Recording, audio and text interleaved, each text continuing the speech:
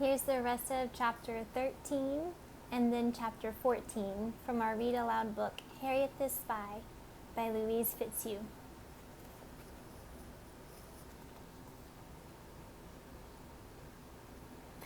She closed the desk softly so as not to frighten him, the frog. Then she sat down primly in her place. The children all came in. While they were standing up, saying good morning, Harriet grabbed a chunk of Laura Peters' hair and chopped it off with some scissors she had ready. Laura Peters didn't feel a thing. She sat down quite happily, never suspecting that she had a large chunk cut out of her hair. Harriet stared at the spot with a kind of joy. Just as Sport, who had seen the whole thing, was about to rat, Marian Hawthorne opened her desk. Harriet had never seen such confusion or heard such screams in her life.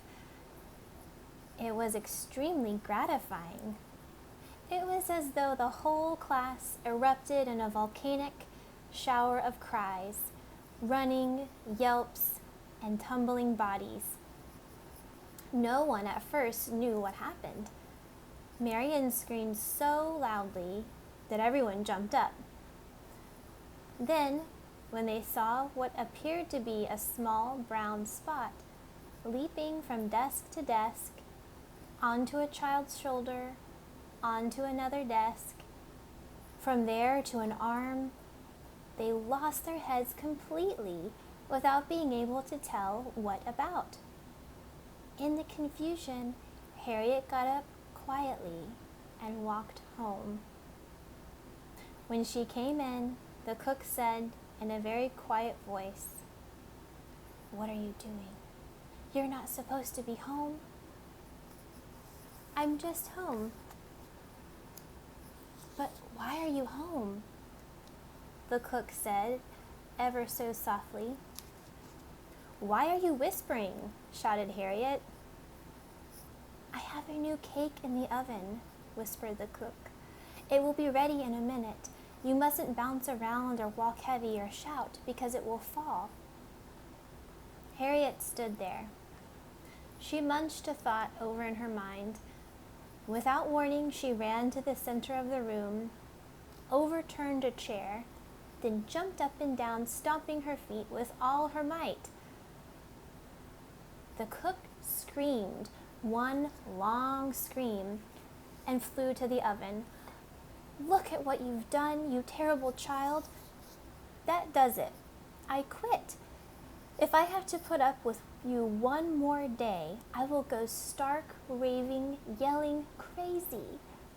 And it's not worth it for what I get paid." Harriet left the room. The cook stood, looking at the flat cake. It lay there in the pan as if someone had stepped on it. There is something wrong in this house. It was never this bad before. Mrs. Welsh is going to hear from me, all right. All right. Harriet lay upstairs in her room all day. She didn't look out the window, or read, or write in her notebook. She just lay there, looking at the ceiling. Through her mind rang one single name endlessly. "Oh golly, oh golly, oh golly, oh golly," as though saying it would make her appear. In the late afternoon, she could hear the cook yelling at her mother, "I'm quitting, I tell you. I'm tired of being run into every day and being screamed at, and now she stomped my cake and that does it. Oh, please, don't leave us now. We need you." Harriet's mother was almost begging. "I wouldn't stay for all the money in the world. I'm leaving right now." "How about a $5 raise? I think we could see our way clear." "Something better be done about that, Harriet.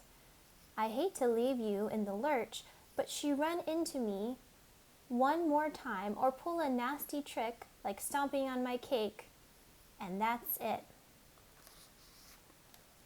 I understand. I'm a cook. I'm not a nurse. Harriet in her room thought, oh golly, oh golly, oh golly. Of course, I understand completely.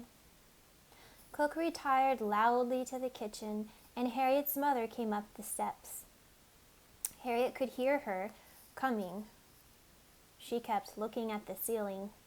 There was a pattern there, made by the leaves of a tree outside the window. A very interesting pattern which changed over and over. Harriet, what is the matter with you? Her mother stood in the doorway.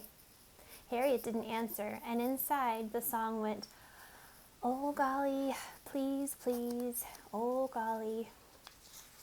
Harriet, do you know what my day has been like? I had a frantic call at the hairdresser's to come to your school immediately. I went over there and heard how you had spent your morning. That Laura Peters is practically going to have to shave her head. Marion Hawthorne went home sick, and Miss Elson was on the verge of tears. She was so wrought up. She'll probably never get over it. She says it was like bedlam for hours. Then I come home to find the cook quitting. Well, luckily I saved that situation, but Harriet, this has gone too far.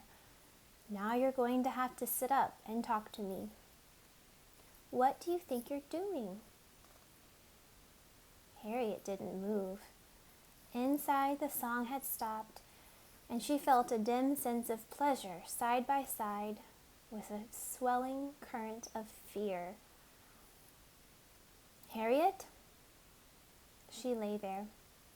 Her mother turned and left the room, saying as she went, your father will be home in an hour.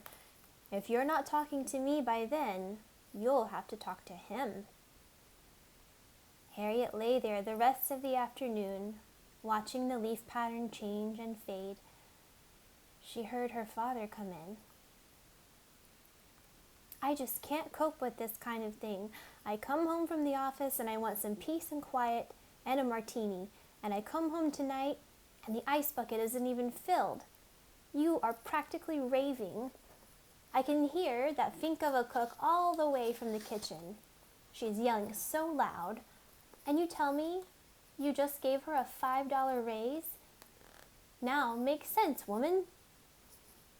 There was a lot of mumbling, and then a door closed. Her mother had taken her father into the library.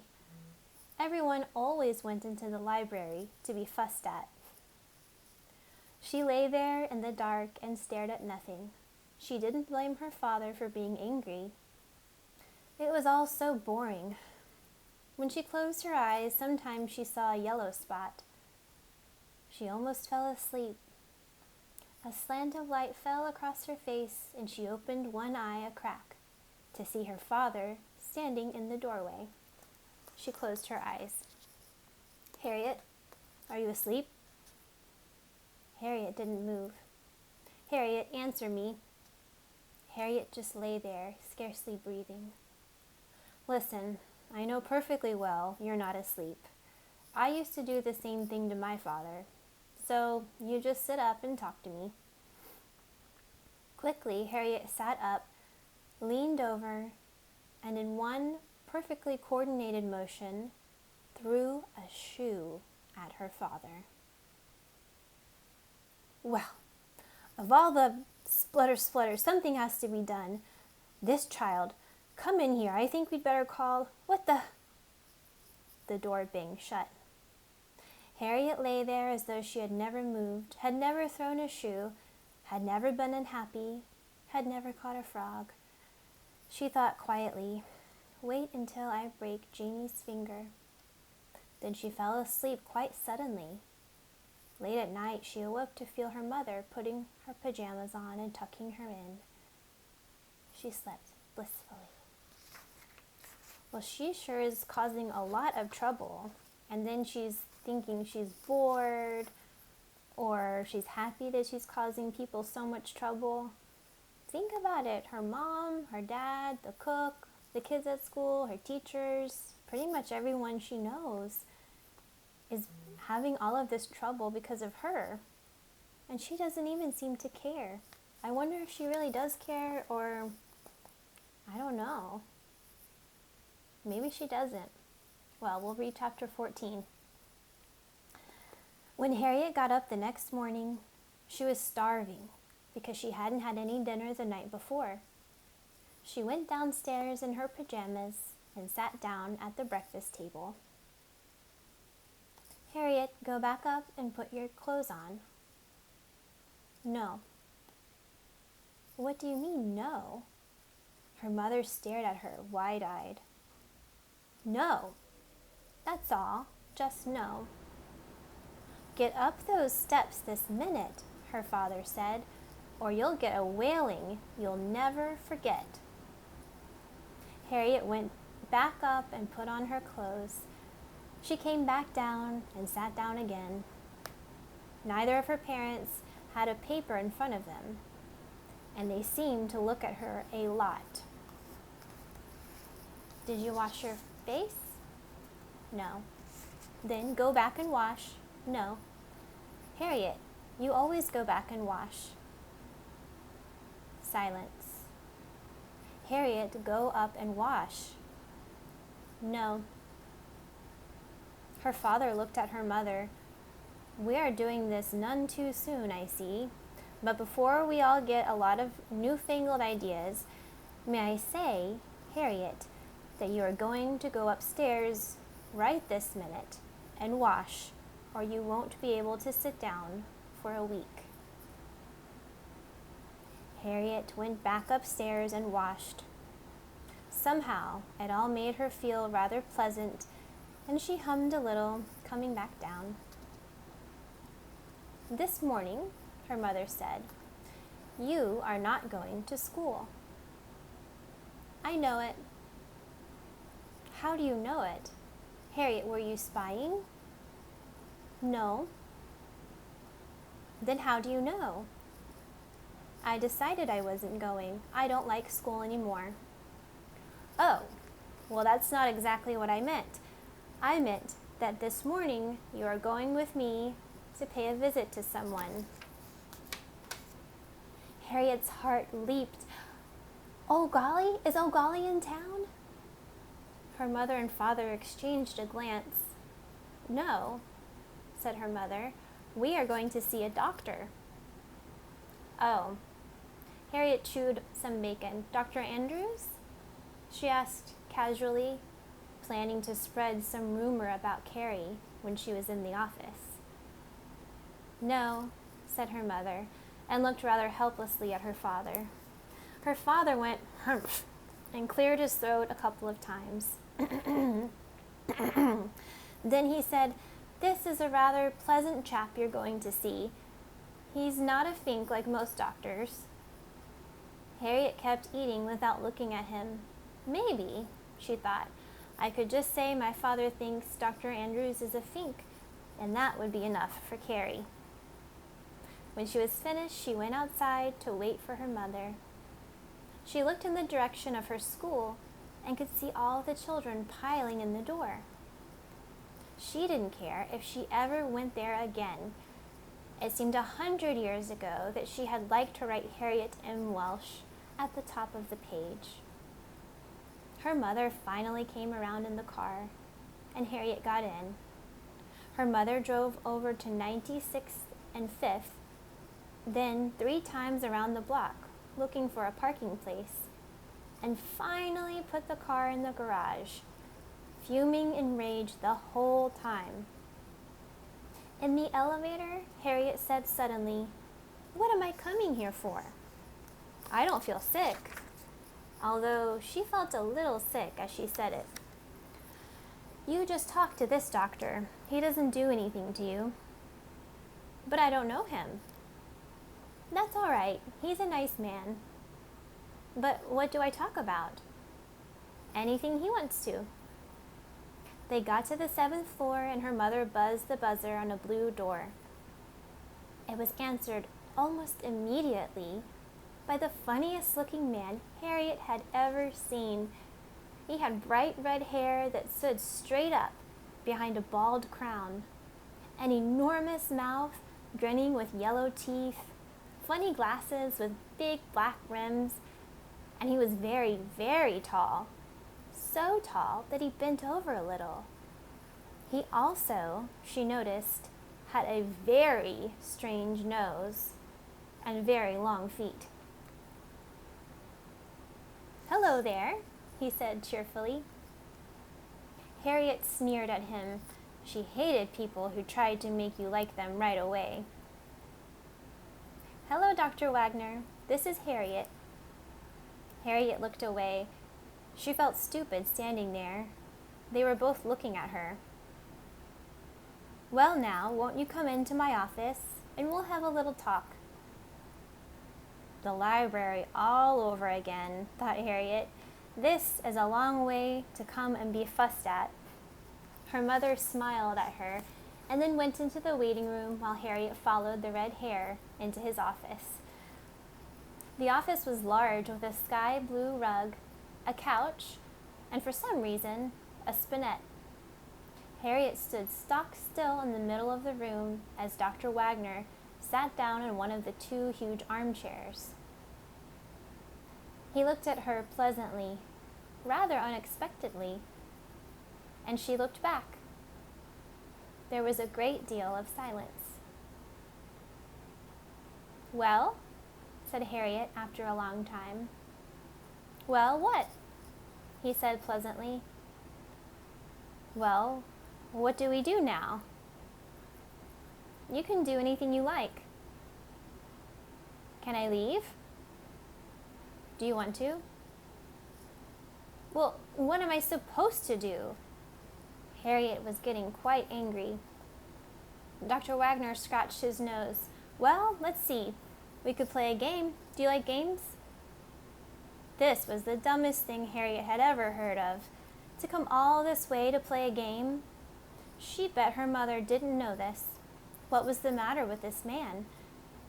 She decided that the only nice thing to do would be playing along with him for a while. "Yeah, I like games." "All right." "What kind of games?" Oh, what a tiresome man. "Any old game. You're the one who wanted to play a game." "Do you play chess?" "No." Oh, golly was going to teach me, she thought, but she never got around to it. "Well, how about Monopoly?" Just about the most boring game in the world. It had everything in it that Harriet hated. "Okay, if you want to." Dr. Wagner got up and went to a cabinet next to the door. When he opened it, Harriet could see all sorts of games, dolls, dollhouses, and trucks. She tried to be nice about it, but she was curious. "Do you sit here all day playing with those things?" Wait till her mother got a load of this. He looked at her archly. "What do you think?" "What do you mean, what do I think?" "Do you think I sit here all day playing with these toys?" "Well, how do I know? You got a whole closet full of them." "Don't you have toys at home?" This was too much. "Yes," she shouted, "but I'm 11. "Oh." He looked somewhat taken aback, standing there with a Monopoly board in his hand.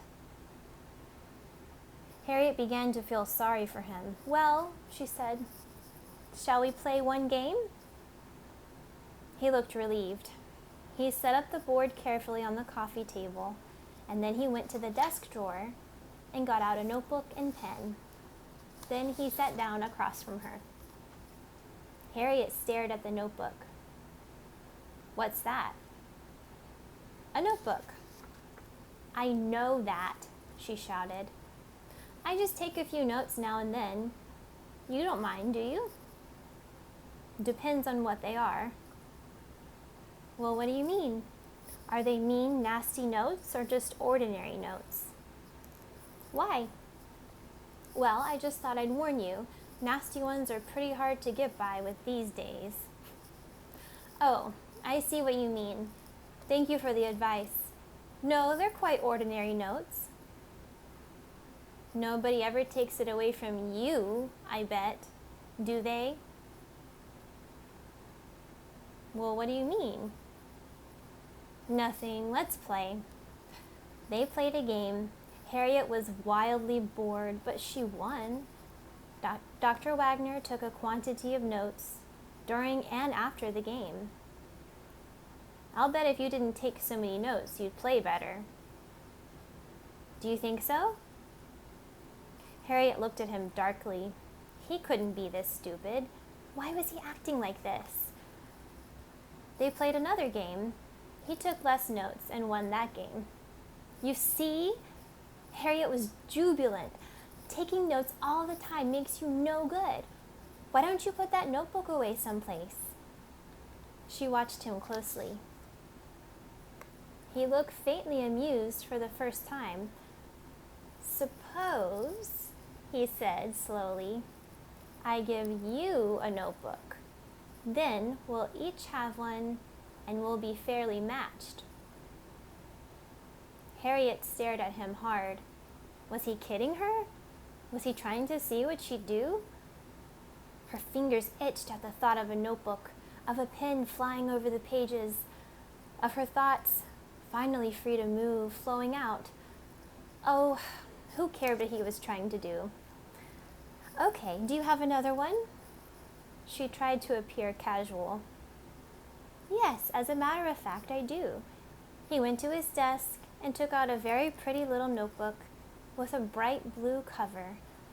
Harriet tried to look unconcerned by looking at the spinet. He also took out a nice little ballpoint pen, and he handed both to Harriet. She felt better the moment she had them in her hands. Dr. Wagner sat down and they began another game. Harriet began to write. Funniest nose I've ever seen.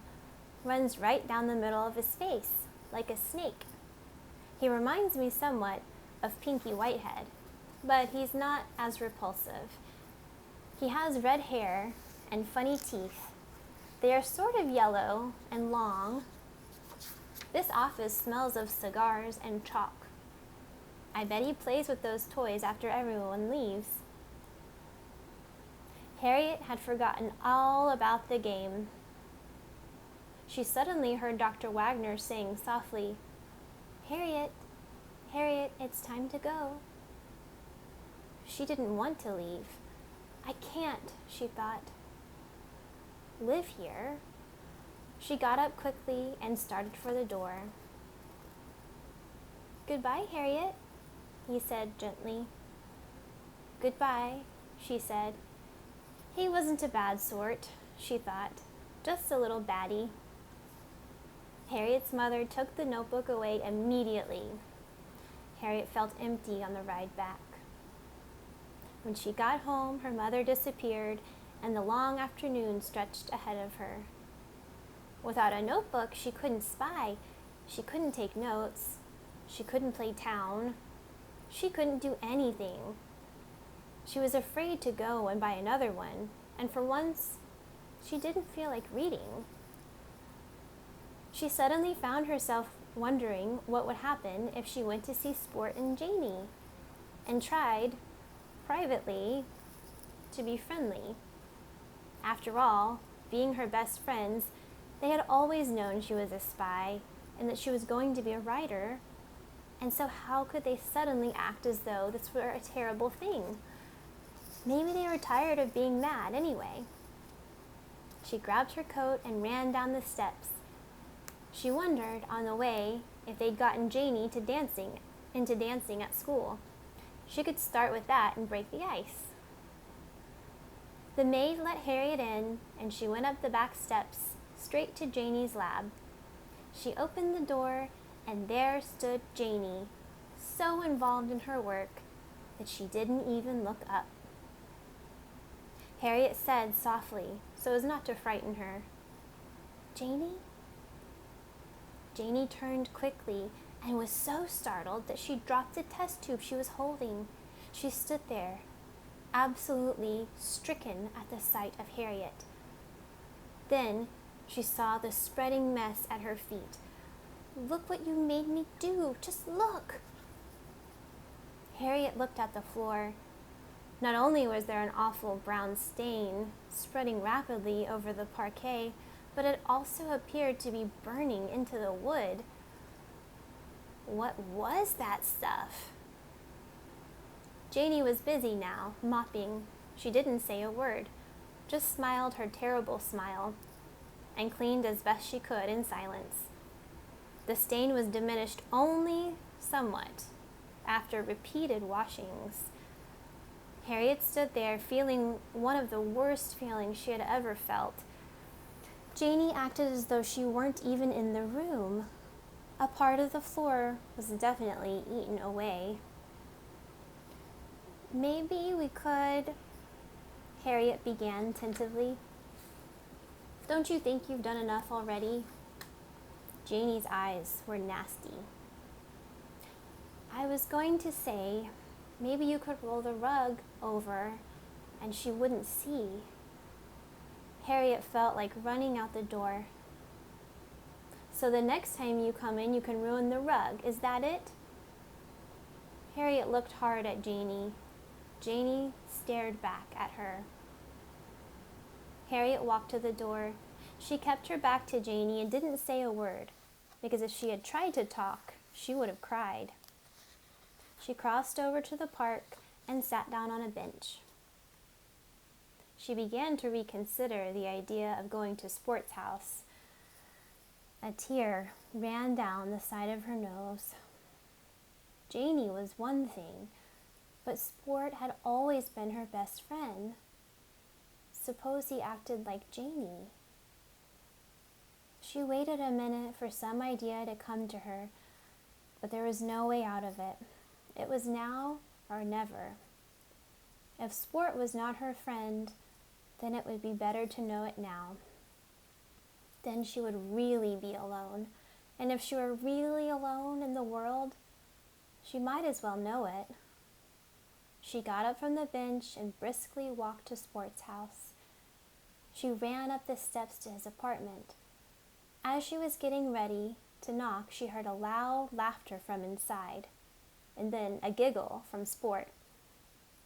Out of habit, she listened. Sport's father was laughing very hard and saying things like, "Wow!" and "How about that?" Then he said, "How about your old dad? Now, what do you think of that? Look at it, Sport. Look at that big fat check." Harriet couldn't stand the suspense. She knocked. Sport came to the door, still giggling. When he opened it, he stood there, shocked. The smile faded from his face. He looked sad. His father was still running around the room, laughing and jumping up and down on furniture.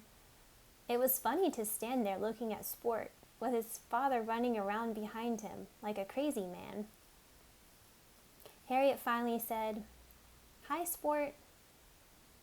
Sport ducked his head as though he had been hit.